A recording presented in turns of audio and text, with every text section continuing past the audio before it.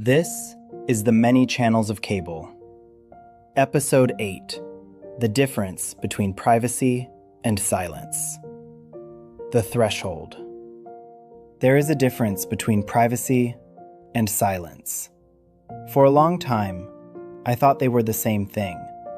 I used the words interchangeably, like two different names for the same quiet room. But they aren't. And learning that distinction, it changed everything. It changed how I move through the world, how I create, and how I share my life and my work with you.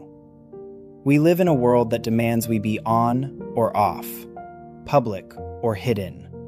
But there is a middle ground, a sacred space that we often overlook because we are too busy trying to protect ourselves.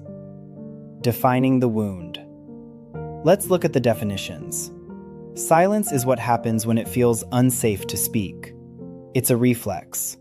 It's the breath you catch in your throat when you're afraid that if you say the wrong thing, or anything at all, you'll be judged, misunderstood, or rejected. Silence is a wall we build to keep the world out. Privacy, however, is what happens when something deserves care. It's not a wall. It's a sanctuary. It's the conscious decision to keep a treasure in your pocket rather than putting it on a pedestal for everyone to touch. The disappearing act. For a long time, I confused the two.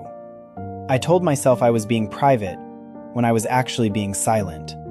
I looked at my withdrawal and called it strength. I looked at my closed mouth and called it boundaries. But I was lying to myself. I thought I was protecting myself, but I was really just disappearing. When you choose silence out of fear, you don't just hide your secrets, you hide your soul. You start to fade into the background of your own life until even you can't quite see where you begin, and the silence ends. The intention of the work. When I wrote Mouthy, I had to learn this lesson in real time. People often assume that because I wrote a book about my life, I told everything. But Mouthy is not a book where I told everything. It's a book where I told the truth with intention. There is a power in being selective. You can be vulnerable without being a victim of the overshare. You can be honest without giving up your right to a private heart. This episode is about that very struggle. Learning when to speak and when to hold something gently for yourself. The right to your inner world. Here's the truth. You don't owe everyone access to your inner world. Your thoughts, your developing dreams, the messy middle of your healing, those aren't products for consumption. You aren't fake for keeping them close. But, and this is the vital part, you also don't have to erase yourself to stay safe. You don't have to become a ghost to avoid being a target. Privacy is a choice made from a place of power. Silence is often a response made from a place of fear. The wisdom of discernment. Learning the difference takes time. It takes a lot of self-trust. It's the practice of asking yourself, am I keeping this quiet because I'm afraid of them? Or because I love this part of me too much to let it be handled by just anyone?